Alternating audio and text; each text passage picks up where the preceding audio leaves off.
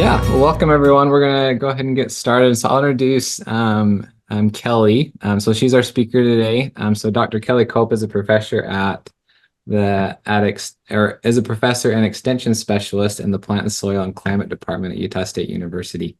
Her research efforts are focused on landscape water conservation and sustainable turf grass management. And she's also the director of USU's Seawell, or the Center of Water Efficient Landscape program. Kelly, I guess we'll turn the time over to you. Certainly. Well, thank you for the invitation, and thanks everyone for attending. I'm going to start sharing the presentation now. So the title has been mentioned is What We've Learned from the Longest Running Irrigation Evaluation Program in the country. Now, I said that, I made that title with, it's the longest running as far as I know. And as Ben mentioned, it's been running for a very, very long time. In fact, about 25 years at this point. So I think we're pretty safe to say it's the longest running, but if someone out there has additional information, I'd be more than happy to hear that. So as Ben said, I have a number of roles here at the university, including directing Seawell. I'm a professor who conducts research here, as well as being an extension specialist. So I'm out and about sharing research. In fact, that's the main type of work that I do. But today I'm going to talk about one of the programs that I've been involved with for a very, very long time. And it is an irrigation evaluation program. I call it WaterCheck. It is also known as an irrigation auditing program or an evaluation program. You could call it various things.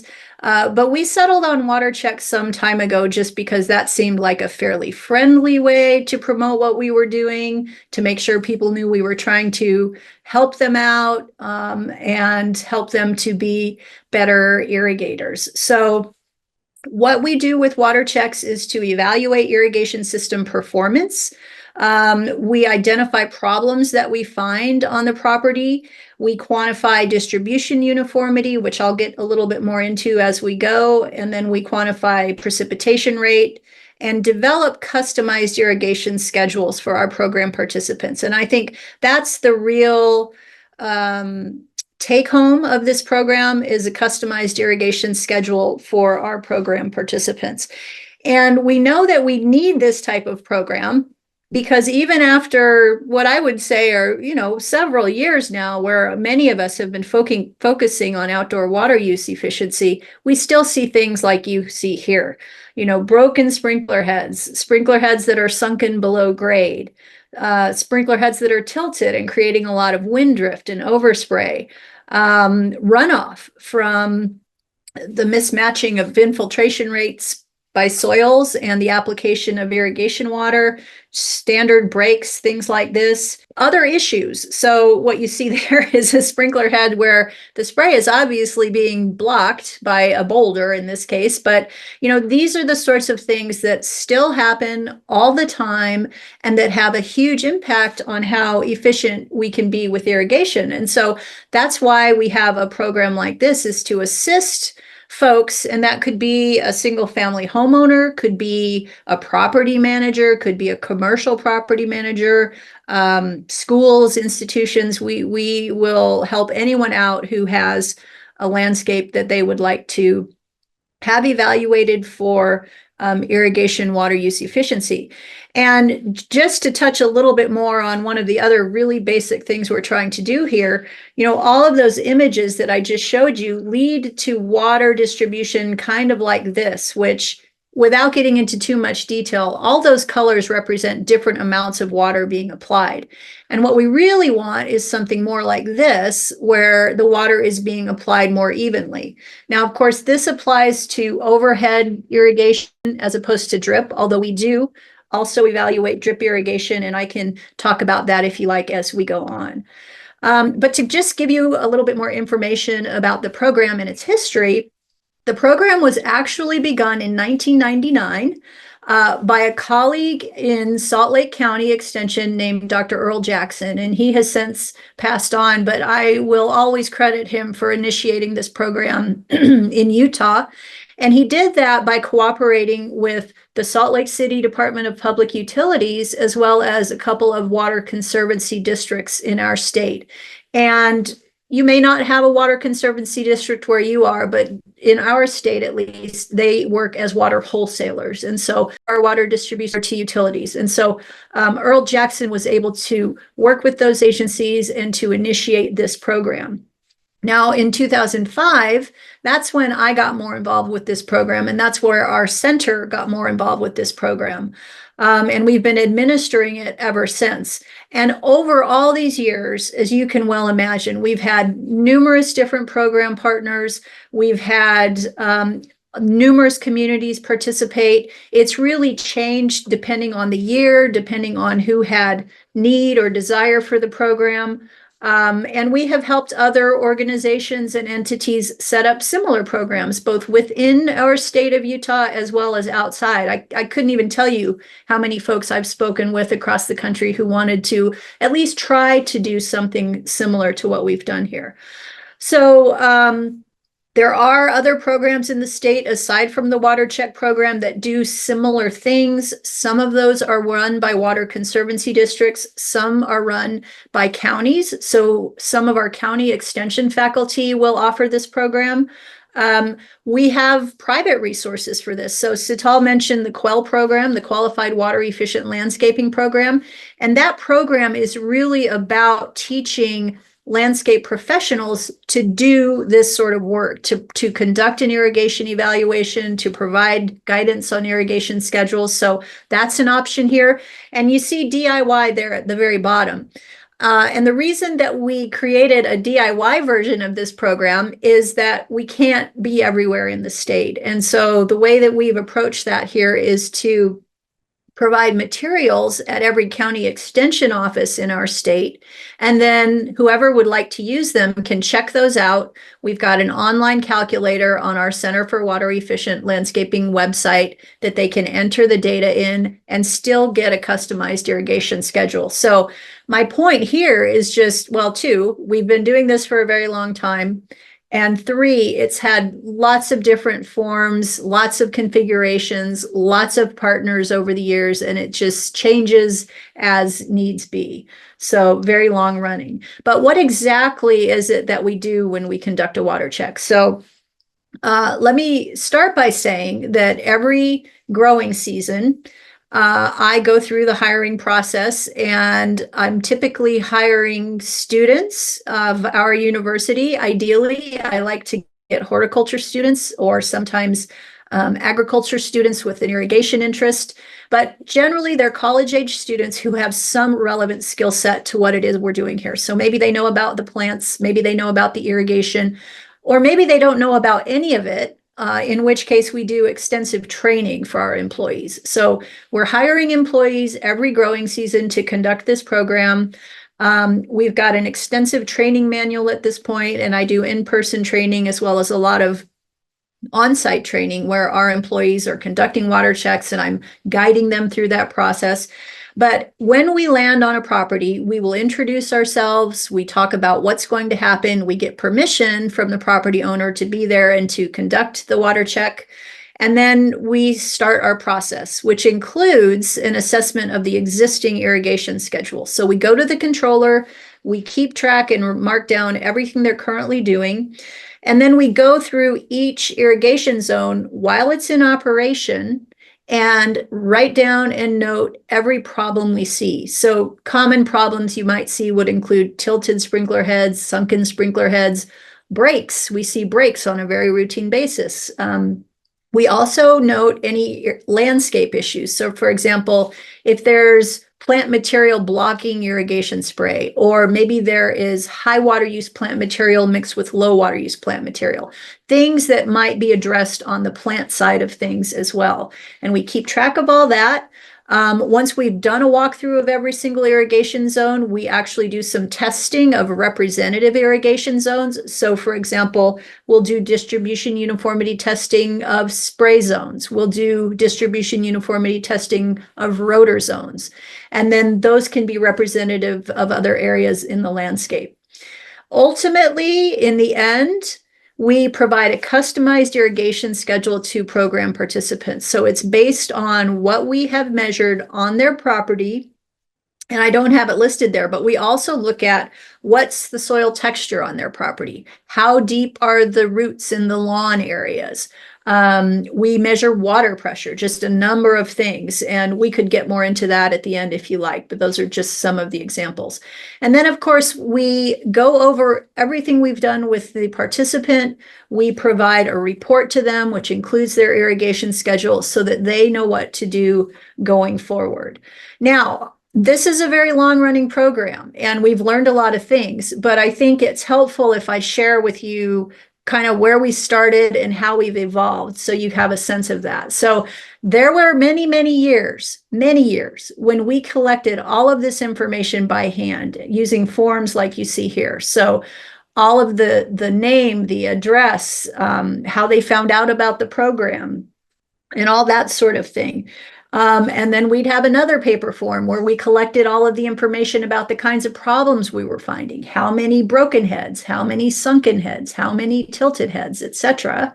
Again, all by hand. And we even had handwritten forms to collect the catch cup data, which is used to determine distribution uniformity. So everything written by hand, which is okay and was the best thing we could do at the time. But as you can imagine, we'd get to the end of a season and we'd have piles and piles of paper. And for many years, we had employees whose job was solely to translate this to a digital version. And typically we were doing that in Excel, although we did at some point include an Access database.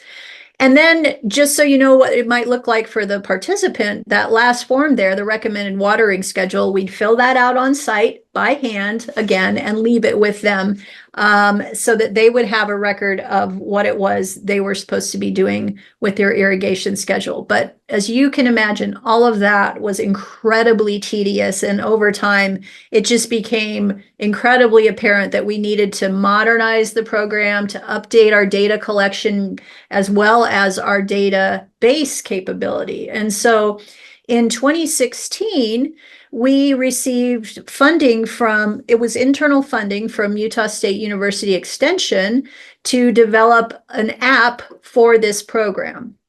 So what you see there are 3 of the screens from the app, and this is an older version. We're always updating it based on our experience with it in the field.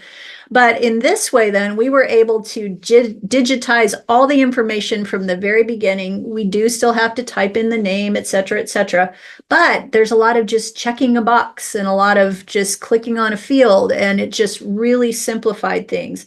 But we still collected all the same types of information. So the existing irrigation schedule, the problems that we observed on site, and then that last screen is where we would collect catch cup data for distribution uniformity calculations. And we also collected information about the property. So how much lawn is there? How much tree and shrub area is there? How much hardscape, etc. So that happened in 2016, and that simplified our lives enormously.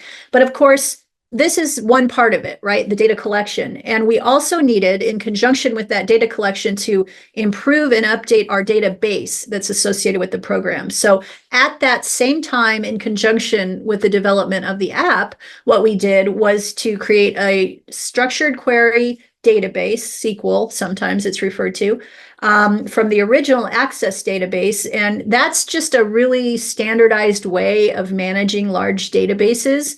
It is an ANSI standard, and it allowed us to accept field data remotely from more than one user because, as you can imagine, we've got, depending on the year, we've had, 2, 3, sometimes more teams of employees going out to conduct these water checks. So the database was created there. Let me just back up here and just point out on the right there, you can see it allows us to queries. We can search for a particular participant. We can search for the year in which they participated. We can do all kinds of queries using this database. And this is also something that is always being updated and improved depending on how we need to use it. And then within this same database as well, we can pull the data for any given year or city or water provider who participates. And it looks something like this. This can be downloaded into a CSV file. I will often do that to work with the data in Excel, for example. So 2016 was a really big year in terms of the evolution of this program. Now, in addition to the app and the database, we also digitized our reporting for participants. And so this is not a full report, but just an example of some of the information that a participant would receive by email once they participated. So a recommended irrigation schedule based on the plant material and soil type, information about the precipitation rate of their irrigation system, as well as the distribution uniformity, pressure, soil type, rooting depth, etc. And then also, very importantly, the problems that we find on site. Now, I didn't mention this, but when we find problems on site, we also, our teams, our employees, will also flag particularly bad problems. So if we've got a big leak or if there's a big break, we definitely will flag it. But then we also note where we have found that in their report. And these are just a couple of the things they receive in their report, but they're also able to request and receive additional information that comes from USU Extension. So maybe they want additional information on tree management or shrub diseases or any number of other things. They're able to request that as well, and we link to that information in their report. Now, that's the basic structure of the program, but what I want to really talk about now are the various analyses we've done over the years with this program, because bottom line is, does it save water? Really, that is it. Is this program saving water? And so we have done a number of types of analyses over the years. We collect descriptive type statistics. We develop statistical relationships among the data. We can compare participant water use to water requirements. You know, were they pretty close? Were they too high? Were they too low? We can compare a water check participant to themselves. What were they doing before the water check and what were they doing after, for example?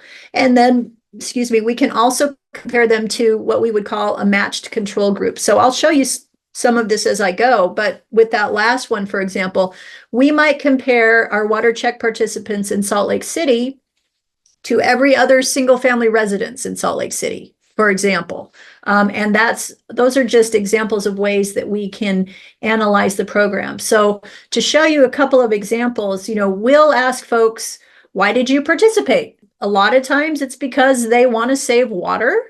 A lot of times they want knowledge and education. They might want to save money. They have various reasons. We might ask them also how they learned about the program, which may not seem very intuitive right off the bat, but it helps us when we're thinking about how to promote the program. So if most folks are finding out about it from their water provider, that's useful information for us. If they're finding out about it in some other way, that's also useful information for us. Now, way, way back, this data would have been from the very early years of the program. We were considering how to work with the data, and we would do things like relate landscaped area to parcel size, because of course, landscaped area is going to have a big bearing on water use. So we might consider how that relates to parcel size, and we were able to develop a very, very good relationship there. Obviously, the larger the parcel size, the larger the landscaped area, and presumably the larger the water use. So that was one sort of way that we analyzed the program. Something that we still do today is to characterize the landscapes that we evaluate. So for example, we might look at, and we literally physically measure these properties. And so we've got the entire parcel size that we'll measure, the hardscaped area, the turf grass area, other irrigated areas. So this would be things like tree and shrub beds. And then we've got total irrigated area. Something I don't have listed there, but something we also keep track of is permeable non-irrigated area. So we'll often see, places that might just have mulch or some other sort of cover, but are not being irrigated. So we also keep track of that. Now, what you see here are the results, and I don't recall the year, I'm sorry, but these are the results from the Salt Lake City Department of Public Utilities service area, as well as Sandy City, which is another city here in Utah, their service area.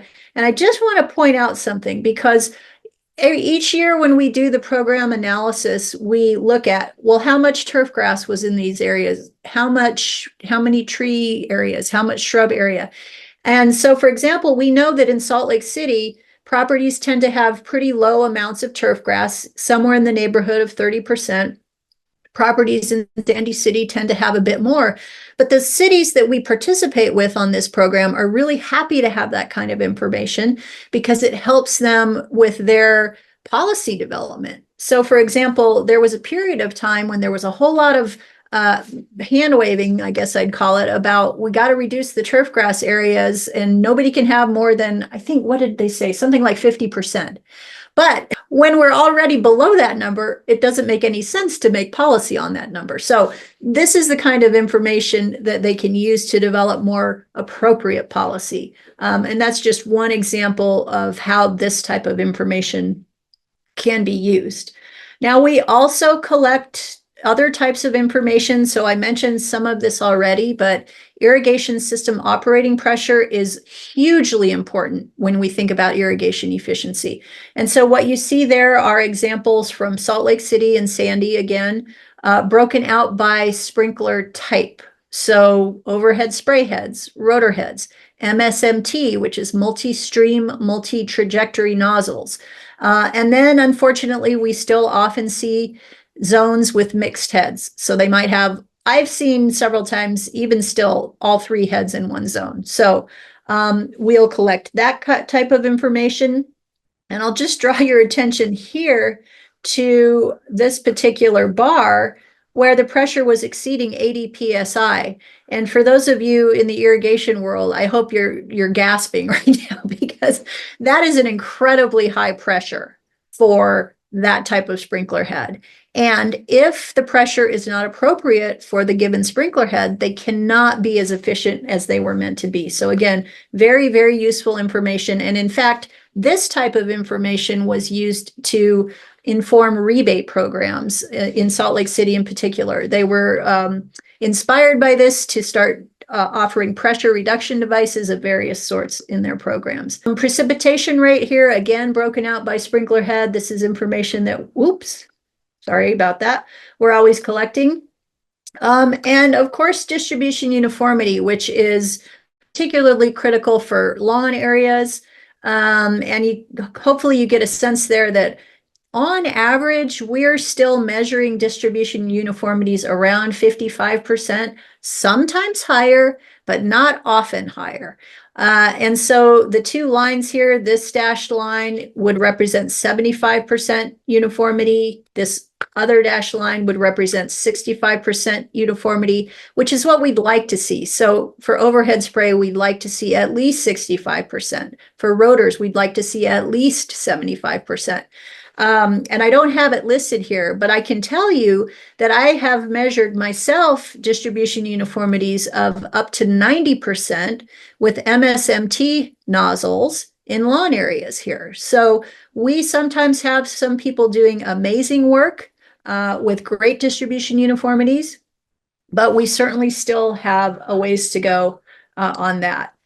Now, when we think about other types of analysis we can do, we started looking at evaluating the program more seriously around 2006, and that involved matching billing data, water billing data, to the date of the water check, to the landscaped area, etc. Those of you out there who have worked with billing data know how challenging it can be. We had to account for duplicate names. We had to account for a lot of different things.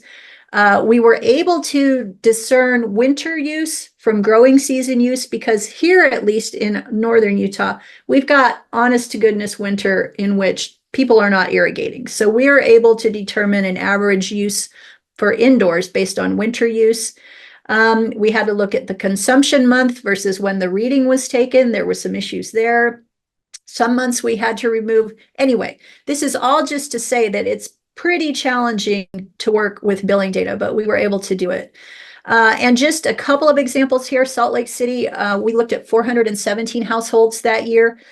They increased by 2% in 2002 from a baseline year of 2001, which let me make that clear. The baseline year was 2001.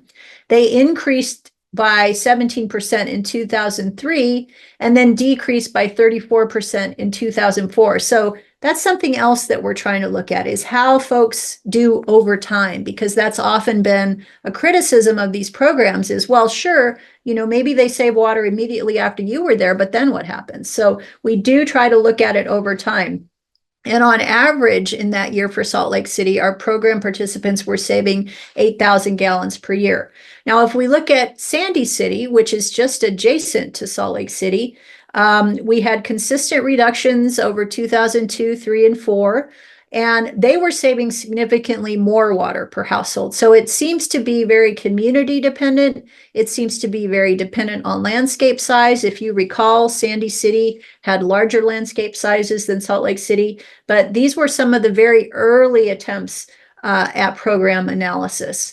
And then we also started comparing our participants to control groups. So in that case, we found that our program participants were decreasing water use relative to estimating needs in all years after participating that we had evaluated. Okay, that's not in perpetuity. That's that we had evaluated. And again, we were comparing to a baseline year of 2001. And it seemed like participants were responding to something. You know, at that time, I've been in this position for quite a while. And at that time, we were in serious drought, and there was a lot of media attention being paid to it. So people were responding to that, and we found that they were maintaining that savings. But again, the question became, how long were they able to maintain that savings? We did, based on those early analyses, determine that the program was saving water, that there was some amount of ongoing savings.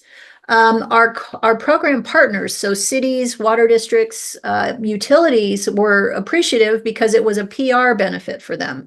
When they had people calling up irate with a big water bill, they were able to say, okay, let us help you by providing this program, which, by the way, is free to participants because the water agencies fund it through us. So it was helping them deal with customers. It was helping their staff. So they were very appreciative of that. And we were also appreciative of their cooperation, which has always been invaluable to this program. And then we also were really thinking about what was motivating folks, because I can tell you over 25 years of this program, participation has been a little bit like this. And there seems to be a relationship with drought years, but not always. And so that's something that we were considering at the time. We were thinking about conducting follow-up surveys. You know, and I'll just reiterate that we had huge challenges dealing with billing data. You know, this was long before the days of AMI, long before companies like WaterSmart or things like that. And so billing systems differed across agencies, which made things really challenging for us. They would have different billing periods. The way that they managed and standardized the data was different units of measure. I mean, just so many things that made working with water billing data really, really tough. Later on, when we did another analysis, this was around 2015, we were looking at a couple hundred participants in Salt Lake City. They were using on the average of 16,600 gallons per month. And after participation, they had a median reduction in use of about 18%. So here's an example where we were able to compare our participants to the entire number of single-family residences in Salt Lake City, so 62,000 homes in this case. And for those folks, their average use was 13,000 gallons per month, which is less than our participants, which was another really useful piece of information, because that meant our participants were using more than average and could use help to reduce that use. So we were still reaching folks who needed the assistance, which was another criticism or question, I guess I'll put it that way, of the program. Are we really reaching the folks who actually need the program? Later on, we considered additional ways to evaluate the program. You could look at pre-water check participation use versus post-water check participation use. Again, we've got a pretty standard irrigation season, at least here in northern Utah, that we were considering. And so we started trying to get a better handle on the longevity of savings. And so let me orient you a little bit to this table. The WC represents the year of participation in the water check. And the numbers in the table represent average monthly irrigation water use in gallons, and then how it changed over time. So as you can see, 2013 participants entered the program with pretty high water use. They reduced that very significantly over time up until 2018. And in 2018, things changed significantly for a number of our participants. And that, I think, had to do with some changes in our climatic conditions at that time. But as you can see, folks changed their water use in various ways following participation. Folks who participated in 2016, for example, went from an average use of 26,000 gallons to much lower use. Same thing for folks in 2017. 2015, though, I'm still puzzled about this one because those folks, for whatever reason, were not very successful. And so that's something that we had to consider. And at that time, we took a look at how we were doing information provision and made some adjustments to it. Now, this table allows us to compare the average monthly use of our participants here over the years to the average monthly use of the single-family residences that we provided as a control group, and see how our participants changed their monthly use after a year. And in all cases, except again, 2015, they reduced that water use. So, evaluating the program in this way really allows us to consider what's going on in certain years, how long does water savings go on, and what can we do to improve and enhance the program. Now, having said all that, when we look at things overall, what we found in the Salt Lake City service area was that folks who participated in this program saved 30% on average in terms of outdoor water use. In the commercial sector, they were saving 25%, 17% rather in the institutional sector. And something else that the city was actually really happy about and told us about was that they had a big reduction in peak demand from 214, I'm not sure, I think that's million gallons per day to 170. So that was indicating to them that they were seeing reductions in water use, at least in part due to this program. So a very positive result. Now, more recently, we have wanted to do additional analysis, but the challenges with billing data haven't really let up very much, and things have actually changed quite a bit. So these days, a lot of cities, including Salt Lake City and Sandy City, who we work with primarily now, are switching to automated metering infrastructure, so AMI, to get how their customers' water use changes over time. And so that's been helpful. We also conducted some separate analysis here in 2022 using another grant that we obtained to evaluate this program using Flume smart water monitoring devices. And so these devices, this is what you see right here, are attached to a water meter with a strap, and they use an internet connection to connect to a phone-based application. And that indicates to users how much water is being used when, if there are leaks, all those sorts of things. And so it's a way of monitoring water use over time, and a way of getting a handle on that, and especially a way of identifying leaks. But we were really looking at it to evaluate the efficacy of this program. And to do this evaluation, we actually focused on some communities that are closer to the university in northern Utah.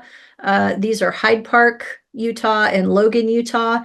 And we had about 59 folks participate in this particular study. And their incentive for participating was that they got a free Flume smart water monitoring device, which they were able to keep after they participated. All they had to do was give us access to their data during the year that they participated in the program. So with this program, the Flume was able to collect data every 5 seconds for all of the properties that participated. Again, 59 households in total.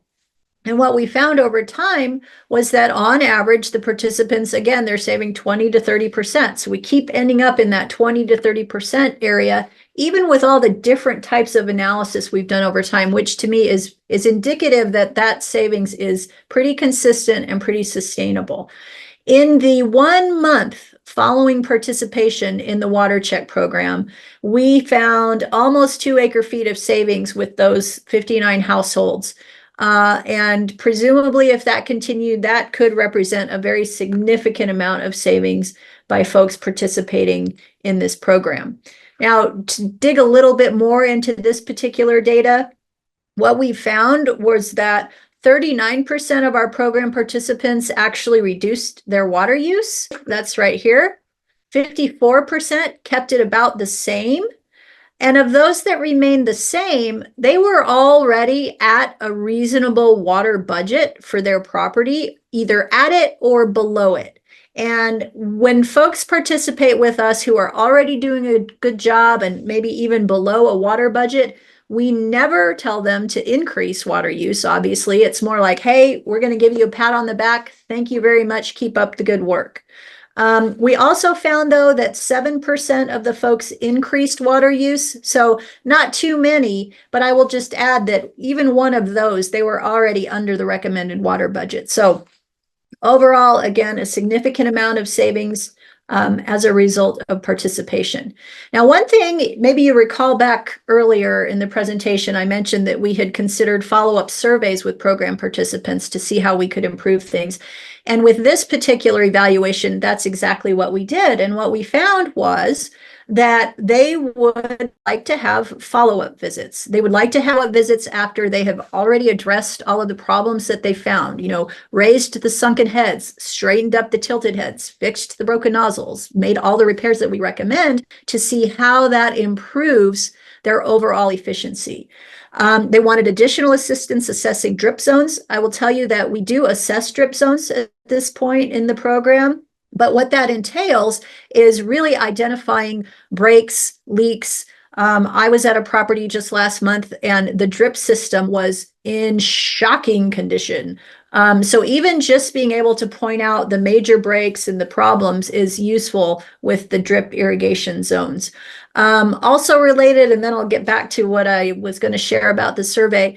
Something else we're looking into is using soil moisture assessment to evaluate the efficiency of drip zones. So that's something that's been in the works, and I'm hoping that we'll be able to implement that fairly soon as well. Working more directly with homeowners association was a recommendation. Adding a one-page summary to the report was a recommendation. Sharing examples of water efficient landscapes, information for contacting landscape contractors who might help with the repairs, that was an interesting one to me because we actually do provide that in the report. So that made me think, in terms of how we've evolved over time, then that lets me know I need to do a little more training with my employees so that they point some of these things out a little more directly.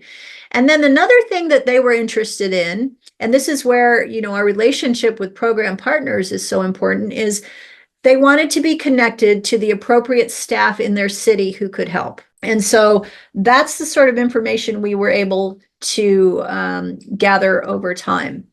So, I just wanted to spend a little time here before I wrap up talking about program developments, because over 25 years, things have changed a lot.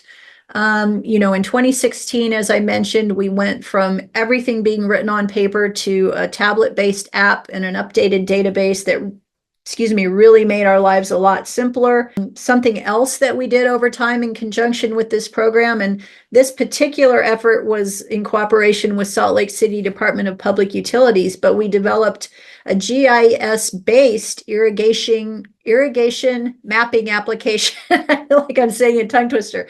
But the idea there is that we can take aerial imagery and map out sprinkler heads, sprinkler zones, and that sort of thing. So that's particularly useful for, say, a homeowner who doesn't know what they've got, or a property manager who doesn't know what they're dealing with. But this is something that resulted as was a result of this program and a program partner. And this program, as well as the tablet-based app, those were developed with external funding. So although our program participants provide funding for us to pay employees, to cover expenses, materials, and reporting, etc., we do still pursue additional methods of improving the program. So grant funding, for example. Something else that has happened just this year, Utah has a website called utahwatersavers.com. You see it right there. And through this website, anyone in the state of Utah can access landscape incentive programs. So it might be a rebate for a smart controller. It might be a number of other things. The Water Check program is promoted through this particular website. But what's happening this coming year, which is new, is that folks who get a water check and include their report when they apply to this program get more money for their smart irrigation controller rebate. So I'm anxious to see how that affects our participation numbers.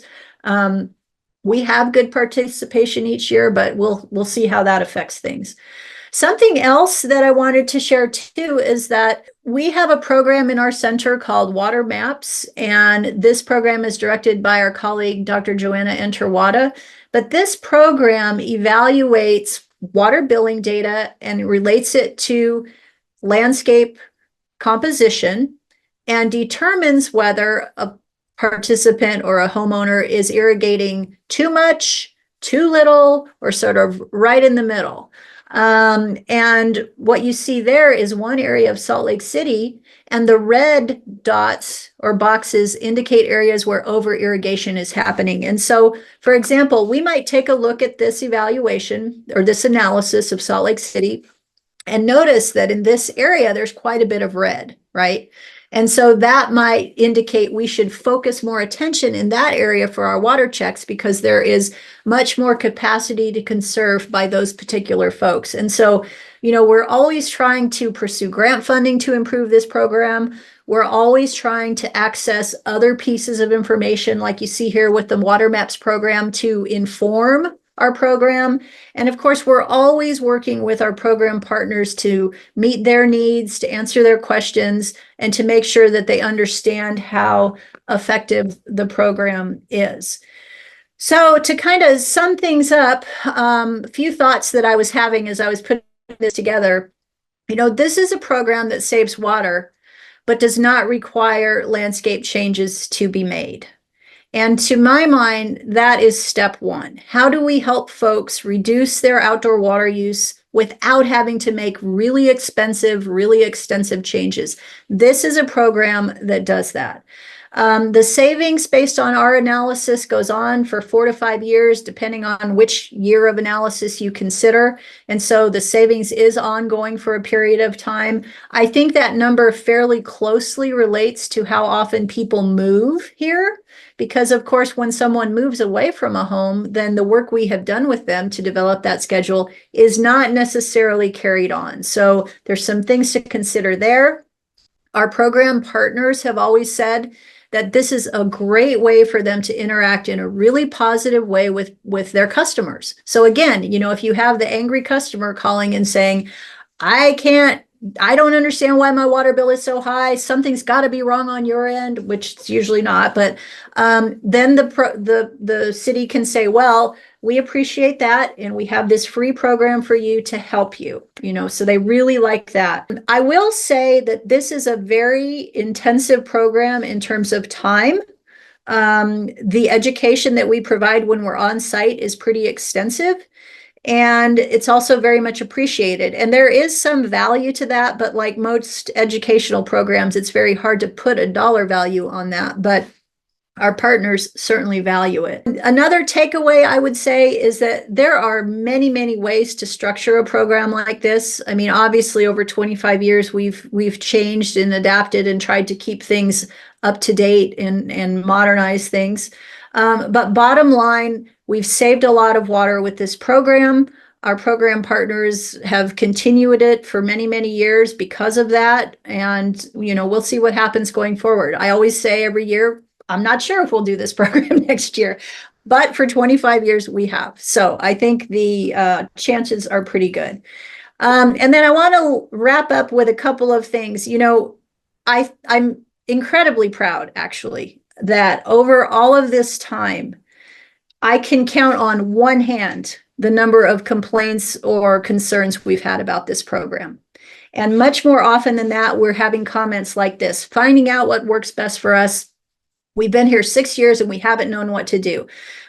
We've been working for years to find an effective schedule. Thank you for this program. We need the help. I'm so grateful for all of those who have helped us. So it's just an incredible privilege to work in this program. I'm incredibly proud of it. It's been effective, which is the absolute bottom line.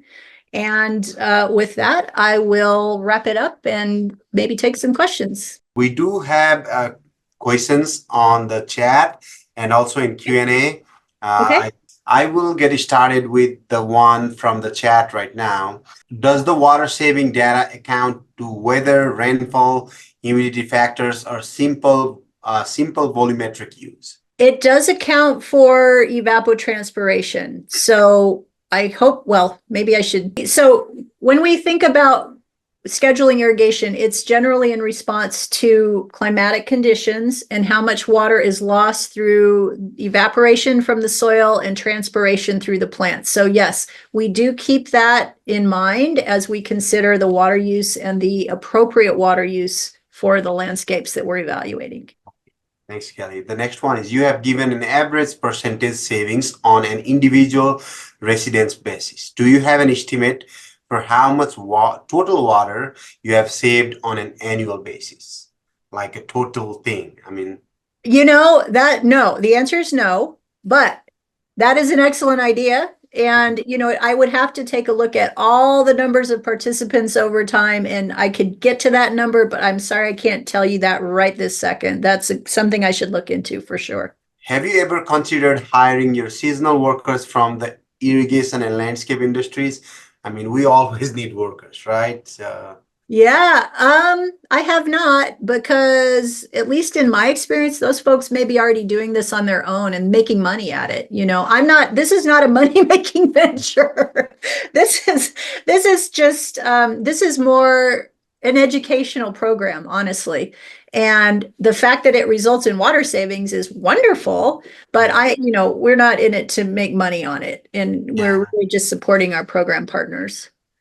How many staff do you have to implement the program, and how many water checks do you normally do each year? Okay, so I administer the program, do the hiring, the training, etc. I have a colleague who helps with the scheduling, which it's hard to describe how challenging the scheduling is, because we have folks, I didn't mention this, but the way folks sign up for the program is through a website. And then we have to follow up with all of them. And then, we have to make sure that they're able to be there on a certain day. And I haven't even gotten into the cancellations, the weather issues, the extreme heat days, the wind problems, the rain. I mean, the scheduling aspect of this program is no small feat. And I have a colleague, Susan, who I just am thankful every day that she helps me with the scheduling. So me, Susan, the scheduler, and then the actual water checkers who go out in pairs. And depending on the year, I'll have, 1 pair, 2 pair, 3 pairs, depending on where we're working. It just really depends. And at this point, we are somewhere in the neighborhood of, we're over 20,000 residential checks. We're somewhere in the neighborhood of, I don't know. Institutional, I would estimate around 1,000. Commercial, we're probably around 2,000-3,000. I mean, it's extensive.